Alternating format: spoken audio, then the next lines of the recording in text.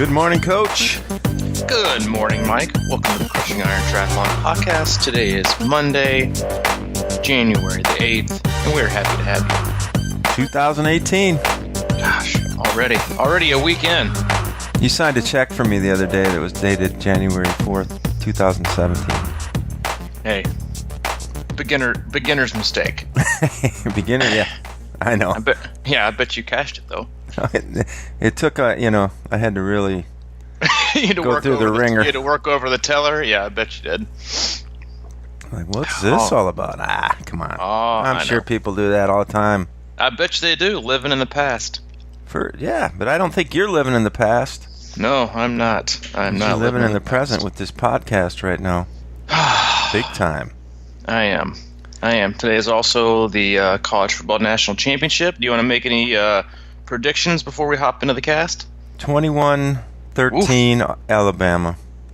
Yeah, that's a pretty good guess. You think? I am. You're pretty good at this stuff, so what are you thinking? I've nailed the last I am 2-0 picking against Alabama in the national championship game. I'm going to go again with Georgia. I'm going to go with a little bit of an uglier game. I'm actually going to go 14-13 Georgia.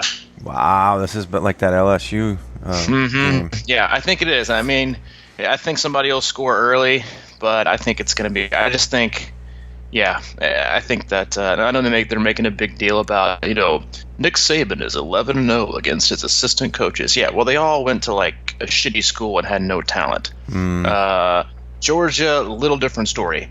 And I think Kirby Smart has them going, and nobody knows him as well as Kirby, which I think makes for an interesting dynamic just from a coach's aspect, because it's like, do I do what I know he thinks I'm going to do and just beat him that way, or do I just totally can you see Bama coming out with the triple option, being like, you didn't see this coming? No. I can't either. Although Kirby can think that all he wants, but basically Nick Saban's sitting in his locker room, metaphorically. Yeah, he is. But the other thing you're saying is a good point. But he has two former assistants on this team, and that's a little bit unique, right? Yeah, it is. Mel Tucker, wasn't he? Mel Tucker, yep. So it'll be good. And he's a former Badger, so maybe I am going to switch. I'd like to talk to you right out of it. Let's go, Dogs. Talked you right out of it. So, but all logic points to Bama, so maybe it is time for Georgia. Well, it logic, is just one. It's just momentum or whatever. Well, it's it's kind of like the analogy we always use when it comes to Ironman. You just got to do it once when it matters most. And maybe this is Georgia's once. Of course, they did play a heck of a game this last weekend, which I think will benefit them.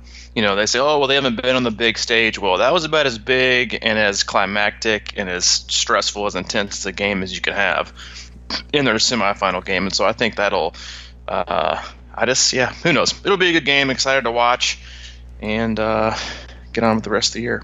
It's a little bit like Mark Allen versus Jan Frodeno or something like that. I'm gonna skip that. All right.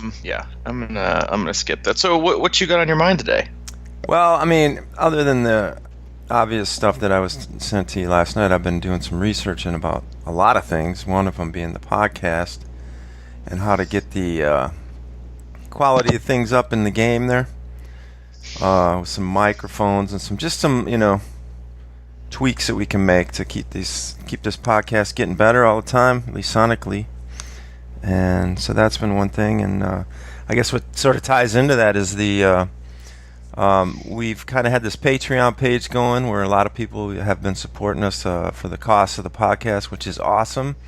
And we're going to kind of phase out of that, and we've created what we call, what we're calling right now is a pledge page on the Crushing Iron website, crushingiron.com. And anybody who wants to support the podcast can simply just go on there and drop us, a few bucks or a lot of bucks or whatever you feel like, the podcast is worth. And help us keep the expenses under control with the storage and the equipment and the time we put into it and all that sort of stuff. But it's going to keep going. But so I've been researching, how to keep getting better. That's one of the things I've been doing, and I've also been researching some other stuff for old men. Oh, is that? I don't really know what to do with that one. Yeah, I caught you off guard there, didn't I? Yeah, I'm not usually speechless, but I'm not sure if that's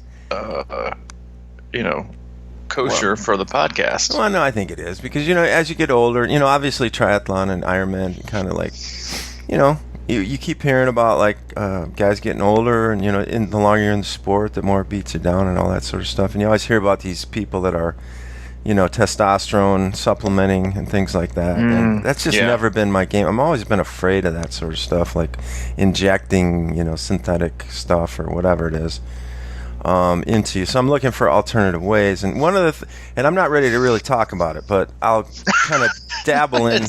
It sounds like you are. Well, but I don't have enough info to really kind of make my case or like really articulate what I think is going. But one of the interesting things I thought or found is that,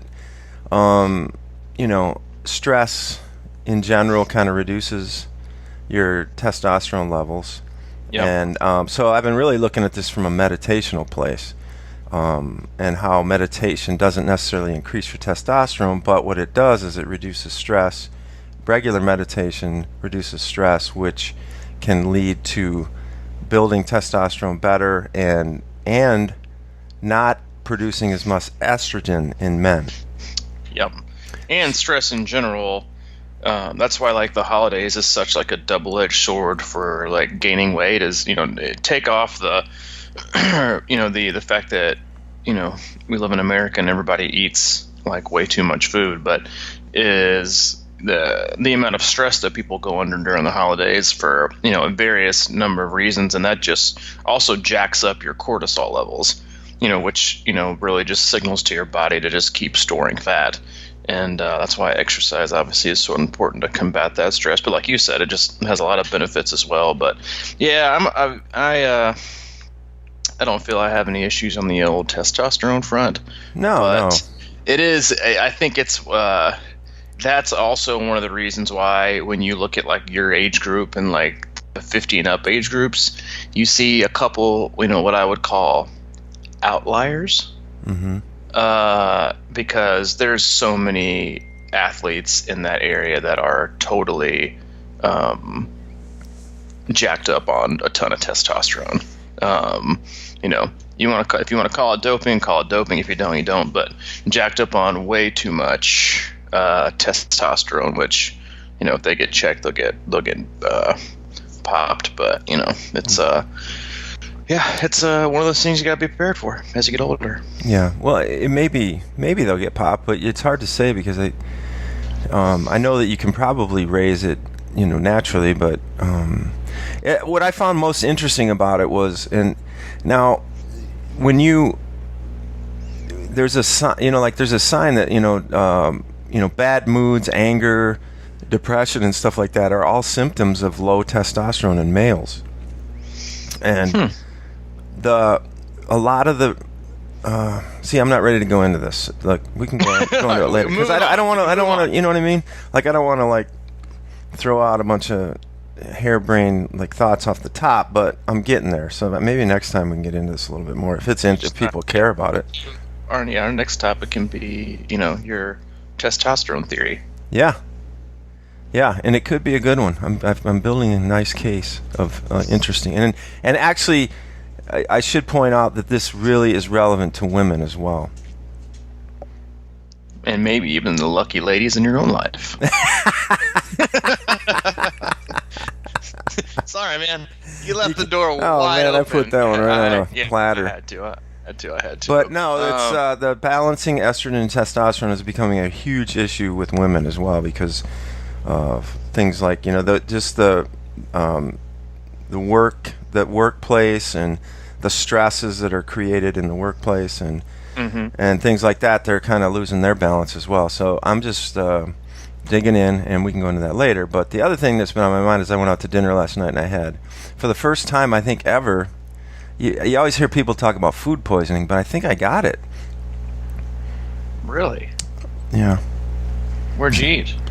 I don't want to say that because. Oh. Man, seriously? Yeah, I don't know for sure, and I just don't like the slamming on. You don't want to be that guy. You don't want to be like a Yelp review person. Right. It could have been a number of things, but it was the timing was interesting. But anyway, so I'm recovering from that a little bit. What more importantly, what is the temperament of the team? I mean, what are you feeling out there? In January, early January. Hundreds of mixed. athletes. What are they? Mixed. Mixed. It's mixed. Okay. Which it's like that year round, and I think it's. I was thinking about this earlier today after I read a interesting article this morning. I posted on my personal Facebook page that Lifetime Fitness has banned all 24-hour cable news networks from its 128 locations. Whoa. Because of consistently negative or politically charged content, and that it doesn't mesh with the company's healthy way of life philosophy. One round of applause for Lifetime Fitness. They're huge in the Midwest. There are a couple in Kansas City, and we live there. I know there's a bunch all over the U.S., but I thought that was just fantastic. Well, let me just insert real quick that in regards to this testosterone thing, complaining is a big part of a non-masculine activity. Well, complaining in general is. But I'm just saying that kind of behavior, that cycle that we all kind of can get in. True. Is a testosterone reduction, and when males get, like I said, they get upset and they get frustrated or whatever, that's because they don't have enough of a testosterone, or their testosterone is imbalanced. That's kind of those are the kind of waters I'm playing around in here. I got you. All right, so, but go ahead, because that's really cool. But yeah, I mean, I read that and I started thinking, and kind of into your question about how's the team doing. It's like even through like the whole year, you're gonna have, you've got some athletes with big races, and I think I've got 1, 2, 3. I think I've got 3 athletes that are doing their very first 70.3 in April, which is just 90 days out. So coming up quick. And then you've got, athletes that I've got some other international athletes who've got, a full coming up in 8 or 9 weeks. And so you always have like a big ebb and flow. And then you have athletes that don't have one until, October, and so I was thinking, two things. One is how, in terms of that Lifetime Fitness announcement, how we structure our lives this time of year. To set ourselves up for success for the entire year, and then B, kind of more importantly, is this time of year everybody's really excited, but very few people are really excited about doing the work. Okay.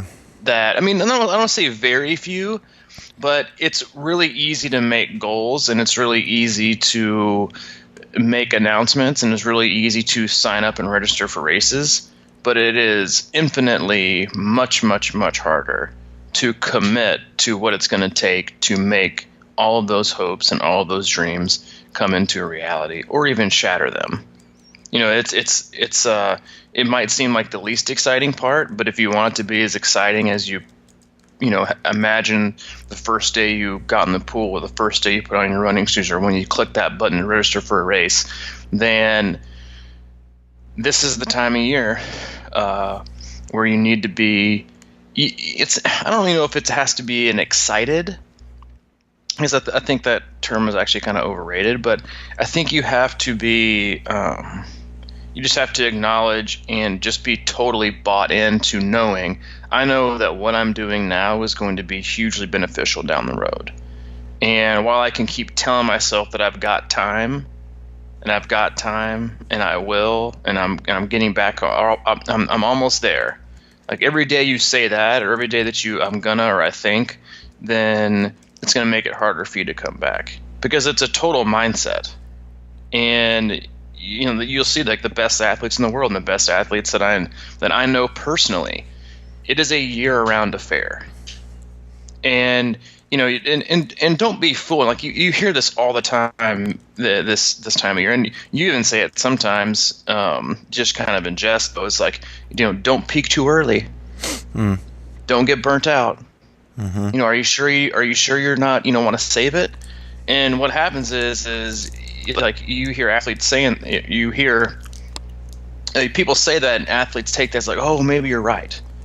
But when most of the time when somebody says that, it's more of a reflection on their lack of commitment than it is yours, because it's hard to be committed, and it's hard to be committed in January, even with it being New Year's resolutions. It's hard to be committed in February. It's hard to be committed year round.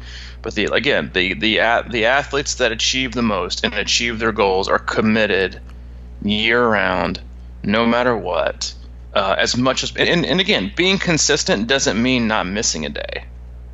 It's not like, oh, I went 30 days without taking a day off. Like, being consistent is about doing the best you can all the time and trying to do it every single day. Like the day off thing. Like we talked about this before. Is one of the reasons I don't give people a day off is because more than likely they're probably maybe going to end up either A, taking one anyway, or B, their schedule's going to get so out of whack that they're just going to have to take one. So if I input one, what are the chances are it falls perfectly on the day that life happens and then stress happens and oversleeping happens? Probably I got a 1 out of 7 shot. Mm-hmm. So now I'm looking at 2 days off versus planning the calendar 7 days a week, and then if you need one you take one, and if you don't you don't. That it's more planning to fail than failing to plan kind of thing. But yeah, I think everybody's in their own place, but that's one of the great parts about coaching is trying to move the needle with athletes that need to have it moved.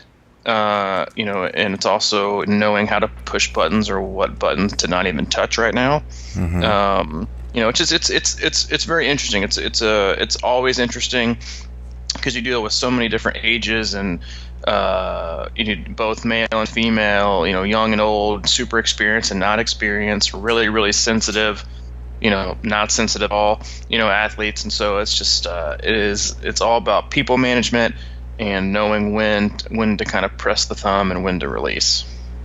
Yeah, that is quite a juggling act, man. I mean, you get there's this concept that I always think about, like early in the year or when you're kind of excited about it mentally or whatever. It's one time I heard somebody talking about this concept called premature optimization.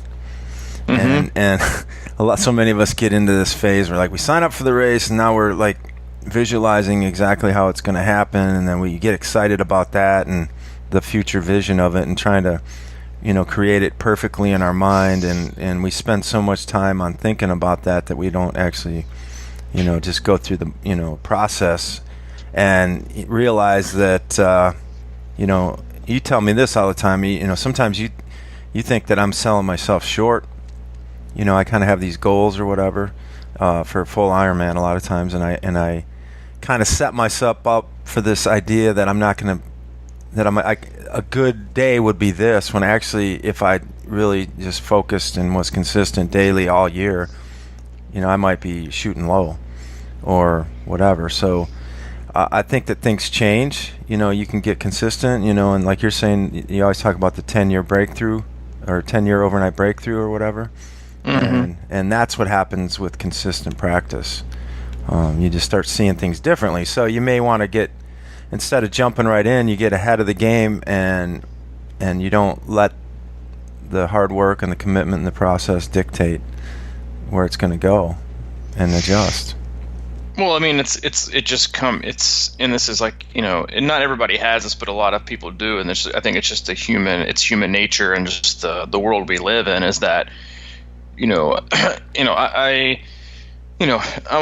all a fan of going all in and doing all things like that, but I think it's the approach to the quote unquote I'm going all in, like I'm giving up everything and doing this. Like I'm never a huge fan of that, but well, most of the time. But the problem is this time of year, it's like you have people who barely, and I'll just use swimming as an analogy, like they don't want to like slowly wade in and make it manageable. They just jump in the deep end. Mm-hmm.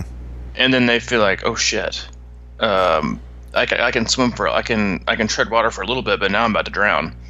And then they get back out and they give up. And that analogy isn't about swimming. It's just about the way that we consume things is, well, not everybody has like an addictive personality. Most people want everything and they want it now. Mm-hmm. And if I want this goal, then I'm gonna set myself up for success in doing it this way and my way and this many hours, or this is how I'm gonna train, or this is what I'm gonna give up. And it's like whatever happened to like small, incremental, positive changes, regardless of what it is. Because a lot of times, like when we look at our year, we always start with the training. How many hours can I do? What races I'm going to do? And then we just hop right into that instead of like going back to like the Lifetime Fitness announcement. It's like one of the best things you can do this time of year is setting yourself up for success throughout the year. When it really, really matters most. In the summertime for most athletes when they're doing big training, is setting up an environment around you that is positive and beneficial and supportive and that holds you accountable. So when you get to that point, all your ducks are in a row. It's not hopping on and heading out on this, one-man bandit show and leaving everybody in your dust, and you are already pissing off your spouse or your friends or whatever in January or February because you're choosing to go train over hanging out with your buddies, Mm-hmm. or you're doing all that kind of stuff. It's that positivity and that community and that connection and the basically just like the 24 hours a day environment that you choose to have that will be best supported, and one of the main reasons, if not the main reasons, you succeed or fail throughout the year is like one of the most underrated and underappreciated aspects of what you should be doing right now, because it's not all about fitness. It's just not. I mean, it is, but it's hugely important. But it's like, what are you doing right now to like ensure that you can, like, from a longevity standpoint? Yeah. Yeah. And not burning. You don't want to burn yourself out, quote unquote. But there's a big difference in overcommitting and peaking too early, where it's just like, I've already got my stuff in order. I've got you got your aces in your places. You got the right kind of friends around you, the right kind of support around you. You have the right mindset when it comes to your training. You have the right outline and the right goals in mind, and you have the right perspective. Like, all those things are just as important as making it to the gym every day or a couple days a week, or whatever it is you're trying to accomplish throughout the year. They all fall in line, and if the other ones crumble, then you're pretty much done anyway. Either that you'll just burn out from a mentally or an emotional standpoint, which is the reason most people never make it, to the start of a big race, is because they just mentally and emotionally give up, or they get too tired. Mm-hmm. Or you're going to make it to that start line alone. Mm-hmm. And those are two things you don't want to happen. Right. Well, I mean, this really all does tie into kind of what I was talking about right at the start, is this hormonal balance. And, we talk about it all the time as far as like how, putting yourself first ahead of, your wife or your friends or your dog or whatever the case may be can create a ongoing stress factor that throws you out of balance.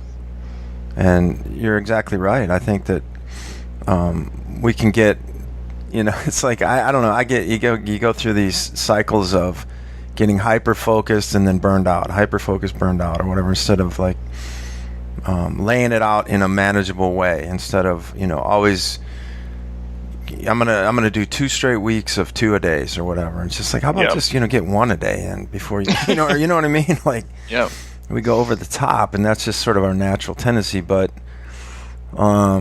it can. I'm always abreast of that. I'm always like thinking about that because I know that I just feel I'm very in tune with my body a lot, and I know that if I keep going at certain ways, that it's just not the way to go. It's kind of like that, and I think we mentioned this before when you wonder if like Tiger Woods knew his swing was too powerful or was going to whack him out in the long term, so he went back and redesigned his swing, and of course his whole thing was another animal. But, yeah. There's a lot of times you see people that are successful that are like, I can't keep up this pace, so I better step back and do it the right way and build up my natural form and strength and things like that so that I can do this for a while, because that's really what it comes down to. Somebody asked me they always ask me, how long are you going to do triathlon? I said, you know what, I really think I want to do it for as long as I can. And I just have to adjust. That may mean not doing Ironman every single year full, but I definitely want to keep manageable, consistent practices of swim, bike, run in my life forever. Yep. That's such a, that hits good on so many levels of, how it should always be. I like almost had like that like identical conversation and kind of back and forth with an athlete that I started working with maybe like a month and a half ago, who's dealt with like chronic injuries over and over and over and over again. And like one of the harshest realities that any athlete can do, and it's like type A or that doesn't want to lose fitness, is having to like step back and feel like you are going to rebuild, knowing that you have to rebuild them as an athlete. And like nobody wants to hear that because they know it's like mentally they just want to keep driving and driving and driving. But a lot of times what happens is the reason they got there is because they drove themselves into the ground. And this athlete, I've been kind of reworking things and being a little bit cautious, but rebuilding this athlete basically from the ground up and taking things really, really carefully. And this athlete commented from instead of having like them do like really, really long runs on Sunday because it's just not there yet. I'm doing like weighted hikes on hilly terrain. And this athlete said, it's really hard to be walking when everyone I know is starting marathon training. Please tell me this is part of the marathon training plan, question mark, question mark. And I said, this is actually part of the get you healthy and pain-free plan. So you can do this for years to come. So no, this is not marathon plan training. But it is. And that's where you have to either like have your own best interest at heart, or you have to have a friend or a spouse or a coach or whatever it is that ultimately looks out for you and says, listen, like, I get it that you want to be here. Or no, excuse me, I get it that you want to be, X, Y, and Z, or you want to be down the road, you want to be there. But I'm telling you that we're right here. And yes, could we do this, race X? Sure. But it's going to leave you shelved for who knows how long. And you're going to spend the rest of your athletic, quote-unquote, career that will be short-lived compared to what it could have, should have been, always battling and never really figuring out, like, it's like it's like the athlete sets out to sea with a hole in their ship.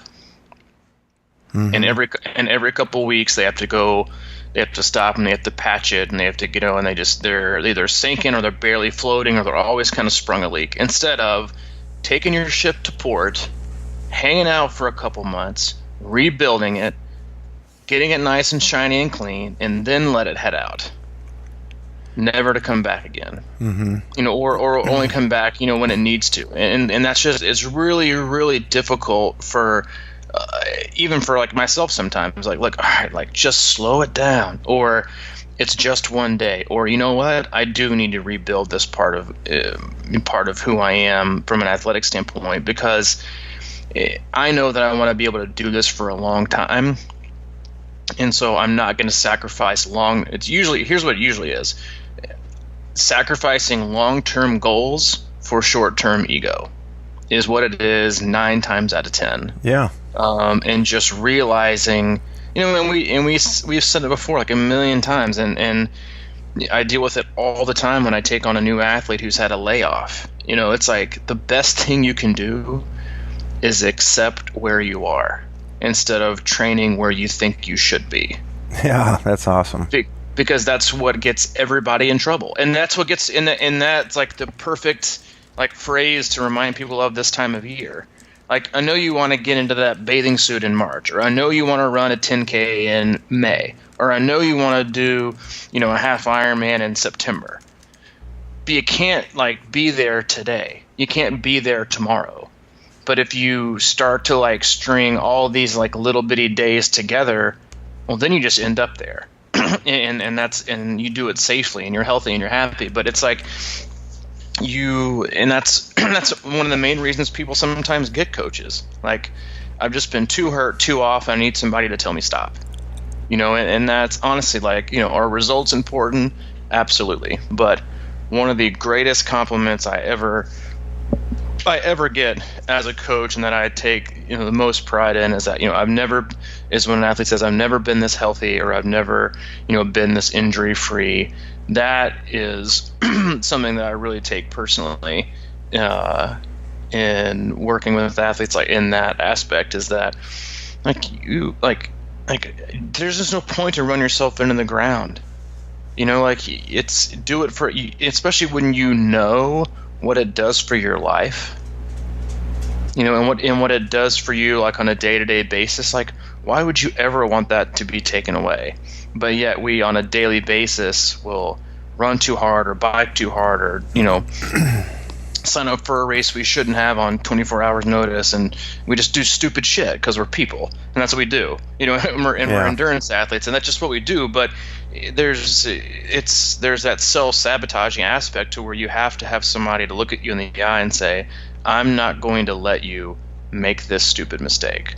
Or how about we look at this another way, and let's wake up tomorrow and see if we still feel that way. Mm-hmm. And usually minds and attitudes change.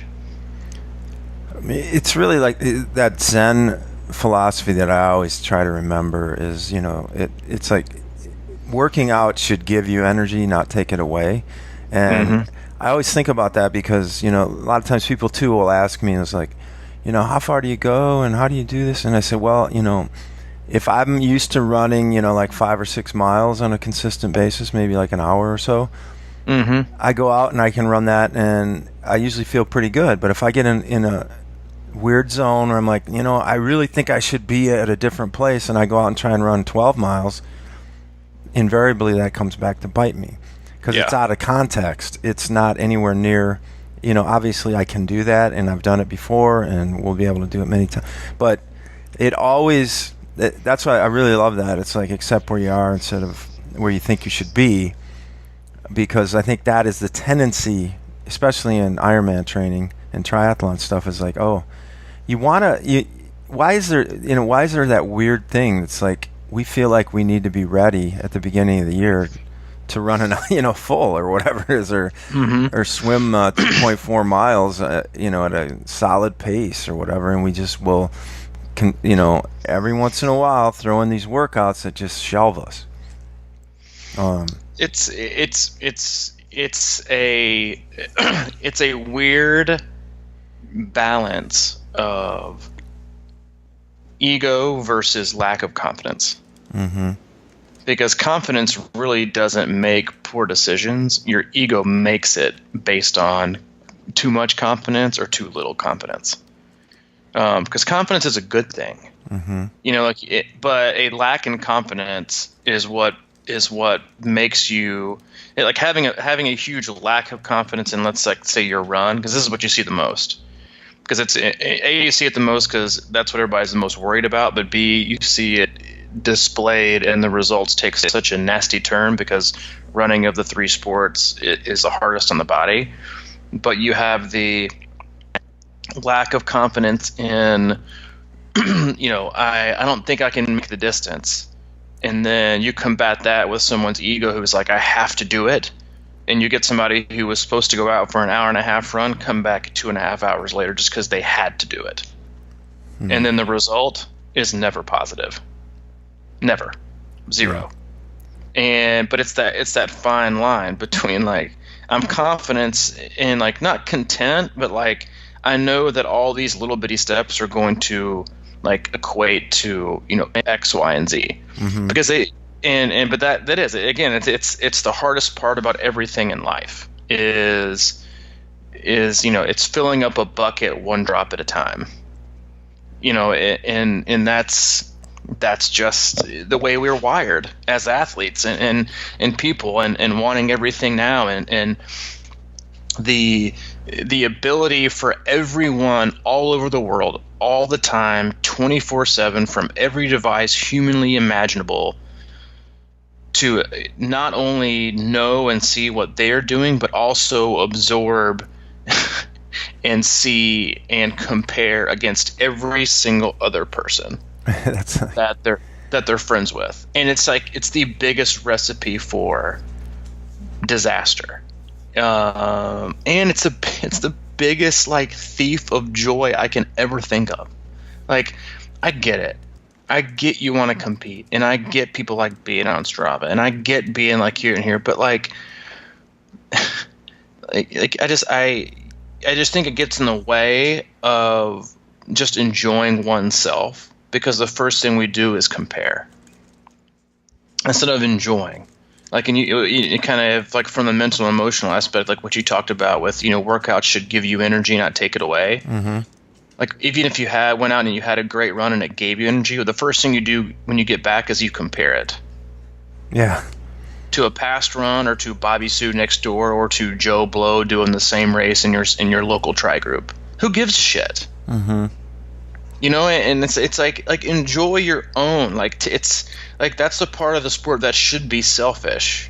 Like, enjoy it for yourself, or only know or share it with those that you'll get immediate support back from, as like a good job here and there, instead of like a snide comment or like just it's about just like setting yourself up for success with positive people. And I get it. A lot of that stuff's very positive and it helps people, and I understand some of the philosophy behind it, but I just don't agree, and I hate the comparison aspect of all the time, because you're never always going to be on an up curve. It's and if you are, then you're gonna have like an epic fall, because that's just not how it works. Mm-hmm. Like you said, like forcing your run. Like, I can go out one day and feel like $1,000,000 and crack off 7:30s at my chill pace, and the very next day, under somewhat same circumstances, that same field might yield an 8:30. Well, which one was worse? Neither. It's just what the day gave you. It's like it's accepting and not just like where you are, but what each day is. Like, and that's like why sometimes I'll write in, especially on bike workouts, when athletes are in like a really heavy training cycle and load, it'll be, instead of give me this, just like, don't worry about your numbers, just give me what your best is today. Like, because one day, if you're looking at your watts, one day your best might be 280, and the next day your best might be 300, and then the next day it might be 260. None of those are really bad, worse, or okay. They're still the best you had today. But if you always look at if you always look at everything under a microscope, you're always going to find the little bitty speck of sand, or the little bitty this that's out of whack, instead of just sitting back and looking at the big picture and realizing what's most important. Mm-hmm. And like we always say, and I fall prey to that run out of my shoes kind of mentality. And we always talk about if you're gonna do that, save it for race day. You know what I mean? It's like right. Because if it's one of those things where you kind of know, you go out for a 6 mile run, you're like, well, I could probably double this right now, but so that's the same thing you're gonna have on race day, maybe. It's like, but don't crush yourself as you're trying to get there. I mean, set up those mini holes in your boats all the way, along the line. Because you can get to the next port probably by bailing water all day and get there. But then after that, it's just gonna keep being a problem. Yeah, but again, it's about it's like what now is most important to you. Mm-hmm. Is right now most important to you? Because your biggest now should be on race day. Like that's when you should say, I want it to happen right now, instead of I want it to happen right now on a Tuesday in February. Mm-hmm. And it's like in all your time and all your work and all your planning and commitment and consistency and support should lead up to that big day, down the road. And should it be exciting for you? Yeah, but it's like don't risk it, and have like a really healthy balance between like what I'm asking of myself, what I'm expecting of myself, and what myself is actually prepared to give today. Mm-hmm. And then if I can do that and set myself up for success tomorrow, and do all those things together, then that's how you, as with everything in life, like that's how you're going to, get to exactly where you want to go, mm-hmm. instead of just doing it all at once, or not doing it, just trying to do it all at once. Yeah. And I fully acknowledge this idea that, like, especially if you're out there listening, and this is going to be your first Ironman, right? And we Mm-hmm. know what that can be. It's like you stick a pin in that day, and that is like that's everything, right? It becomes this thing like, I just want to get to that finish line, and that's where you're thinking right now. But that, and a lot of times the only way you learn is through experience, and we talk about this all the time with young athletes or whatever. It's like, why can't they? Well, it just takes time. It takes experience and everything. But if we can kind of like shave some of the edges off of that 100% focus on just being there that day and get into today and think about it. Because if you think about, I know a lot of people that put all their eggs in that one Ironman basket towards the end of the year, and they just like, do whatever it takes and patch things here and just go crazy. That ends up being their last race, or Mm-hmm. they get done and it's like, oh man, that really wasn't, it's great to have it over, and it's not really a long-term plan, for health and happiness sometimes. So I think that happens a lot, don't you? Well, I do, and I think that the best athletes that I know, and I think like some of the top tier professionals, they love, you can call it a journey or whatever you want to call it, or the process, but they just like figuring stuff out. Mm-hmm. And you don't figure out something like earth shattering every single day. It takes time, and that's what they get excited about when they race. Like, I want to figure out where I am, and then how can I figure out how to get better? Not just like get better tomorrow, but the next time I lace up to go race. Right. But they know they can't get it all tomorrow. Like they race in April. Well, they know that's not where they want to be in, October, if they're doing the World Championships.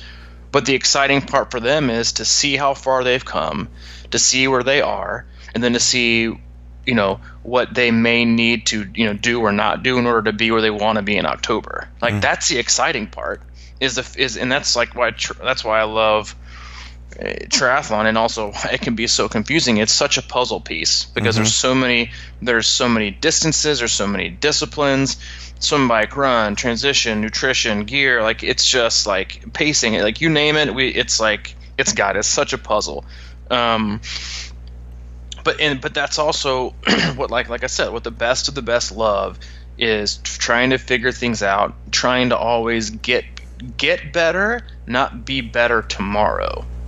Right. And that's what you have to. If you can fall in love with just committing to getting better and then knowing that's not a 24-hour journey, then you're going to have made a step in the right direction. When you said that about April, trying to just improve and see where you're at and kind of feel it out, and then race at Kona and your late season race, that that's the A race concept, right? So that made me think of what happens sometimes, and what we're talking about maybe is that this isn't your A workout. It's like today. There's going to be a time and a place when you got to kind of take that workout to the next level, but it's not today. It's somewhere down the road when you're ready for it. Yeah. So there may be a new concept here of A training and B training times of the year or something like that. Or just, and that doesn't necessarily mean they're less important, but it's just that it's maybe a level of readiness or effort or something like that, and you have to really put your training blocks into those sort of boxes on some level. Well, and yeah, I mean, and it's the same can be said for your workouts. Like, are there rarely any of these like epic home run workouts? Yeah, No. that's what I mean, exactly. Yeah, I mean, no. It's just putting them, all together and making them, the best they can be, today. I can't remember what the exact quote was, but we used it after, I think it was Flanagan won like the New York Marathon, maybe. It was something to in the middle of for her, in the midst of all these thousands of like seemingly ordinary workouts, I'm preparing for the extraordinary. And that's not the exact quote, but you get the gist. And that's that is why you see people like that achieve such incredible great things, is because it's not accepting ordinary, it's acknowledging that it's going to take all these quote unquote extra ordinary days, ordinary on top of ordinary on top of ordinary on top of ordinary days, and an extra one here and an extra one there, to become or to achieve or to accomplish something truly to yourself extraordinary. And while tomorrow if you have a short-term mindset, you want to go have an extraordinary workout, well, it might seem extraordinary because all of your built-up ordinaries aren't that many. And that's the whole season. We're on the 8th, 9th, whatever day of this year. And last Monday, you had the opportunity to string together, or the opportunity to have at least the maximum of 365 days to do something just ordinary, or even better, you had 364 days to do a bunch of ordinary stuff, so that on the last day and on that 365 you could do something extraordinary. But it's do you have the patience? Are you that committed? Are you that patient? And are you really truly that invested? Are you the person who invests in a stock and then goes the next day and like, oh, I'm going to sell it today, for a 0.5% jump? Or are you the person who's in it for the long haul and knows that there's going to be ebb and flows and down days and up days, and then when you cash out 364 days later, the payout's going to be big. And it just comes down to what kind of athlete do you want to be? The athlete who cashes out every week for minimal or sometimes a loss, and then reinvests it in something that goes broke? Or do you want to be the person to really enrich literally your athletic career year by year and day by day, and vice versa, by being patient and committed. Mm-hmm. I like it, man. Yeah, me too. Not bad for a rainy Monday. Rainy Mondays are always going to get me down. At least here in Nashville. Yeah, but hey, it's getting warmer. The weather's getting better. I hear we may even have like a 60-degree here day, which will be great for the sinuses as we go crash back down to the 30s. Oh, man. Like Saturday or Sunday, yeah. So it's just hang tight. I know a lot of people pretty much everywhere in the country are getting like snow, ice, or whatever. So everybody, be safe, do what you can do, and be patient. Just get the work in. Yeah, just get the work in. If it suddenly jumps to 60 where you are out of the blue, make sure to go listen to our Training in the Heat podcast. That's right. Because it's going to be something different on your body. Mm-hmm. You don't want to go over the top. It's going to feel good. That's you know what? That actually is going to be a perfect day for you to go out and run further than you probably should. Exactly. Yep. All you guys in the 35-39 age group, if you're doing Texas 70.3 in April, I would definitely encourage like a 2.5 hour negative split run. I think that would do everybody really well. Yeah, that would be great, man. Yeah. So that would be great. So I've been wanting to kind of get this back out there again because it's coming in May. But if you're out there ready to do the Chattanooga 70.3 in May with like 50 people from our closed group, something like that. Yeah, actually get into our closed group if you're not already in there, because that's going to start being a hot topic of conversation, I believe. You can search Crushing Iron Group on Facebook. It's a closed group, but we'll let you in there, and there's a lot of cool people talking about, rational, important things. Most of the time. Sometimes just fun stuff. Sometimes just fun stuff because, we can do that. But it's not off the rails with, memes and things like that, which I like sometimes. But not yet. It's not yet. I feel like there's more calculated memes in there. There are, which is purposeful. Just be purposeful. Purposeful, yeah. It's not just like look at me all the time. So look at me. Which again, I got to get. Like complaining is going to lower my testosterone. Seriously, you just. So I just need to. Anyway. I could hear it in your voice. It got a little bit higher right after you complained. You had a testosterone dump. Yeah, it did. My estrogen is eating my testosterone at that moment. That's what they say. Anyway, so like. If all this sounds really good, but it can be kind of daunting and confusing. We are accepting athletes for coaching. CrushingIron.com has all that information, including pricing, which is something that's just out there in the open, and we're not, we're very transparent about everything. We've got swim camps coming up. I think we still have some openings in the August triathlon camp here in Nashville, Tennessee, which is a great alternative vacation, really. And if you're looking for something else to do besides just going down to Broadway and drinking for 4 straight nights, and you want to kind of get something out of it and prep for your late season Ironman or something like that, it is perfect timing. It is. Come on and join us. We still have some hats and visors for sale if you want to get on the Crushing Iron gear wagon. Is there gear wagon? That's a new gear wagon. I like it. Yeah. We do have swim analysis videos that Coach Robbie will walk you through your swim form and get your technique right early in the season. Yeah, we had a lot of people hop on, so get in and get in line because it's building up. But I can still generally have him back within 48 to 72 hours. So, and again, if you have any, more in-depth questions about anything, whether it's camp itinerary, coaching, training plans, swim analysis, whatever, you can always email me directly as well at c26coach@gmail.com. Yeah, we have How to Not Suck at Swimming podcasts 1, 2, 3, and 4 now.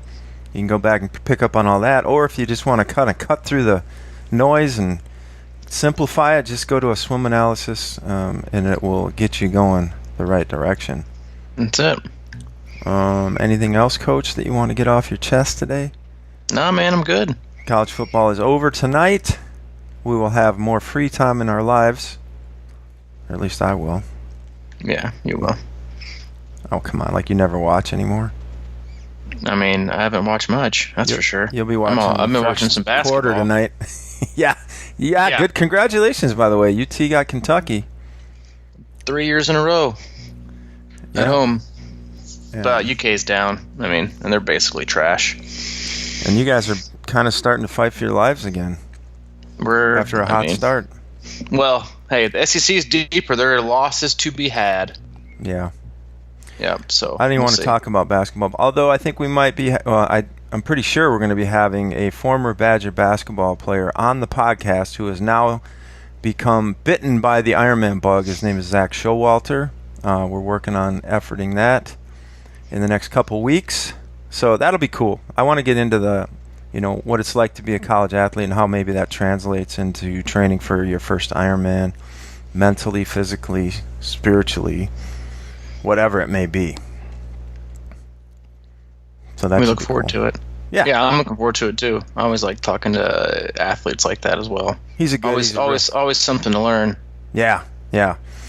Real positive dude. It's gonna be fun for me as a Badger fan, and it'll be fun for you as an aspiring Badger fan. It's just taken me a long time to get you on the boat. Yep, I know.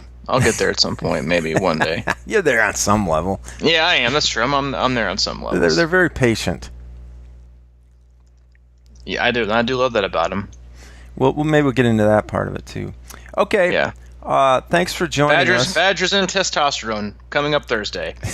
I don't know if it'll be Thursday, but Testosterone might be. Although we ended up covering but I want to get detailed into that because I think a lot of people would enjoy just thinking about it. Anyway, we've done it. Podcast was this 127? 127, getting up there. Getting up there. Once again, if you feel like supporting the podcast financially with a simple little donation, you can go to the pledge page at crushingiron.com. And we really appreciate it. We keep thinking about ways to make everything better and give you guys more. So that's the philosophy. Got it. All right, man. Have a great day. Stay within yourself. I'll try. All right, man. We'll see you later. See you.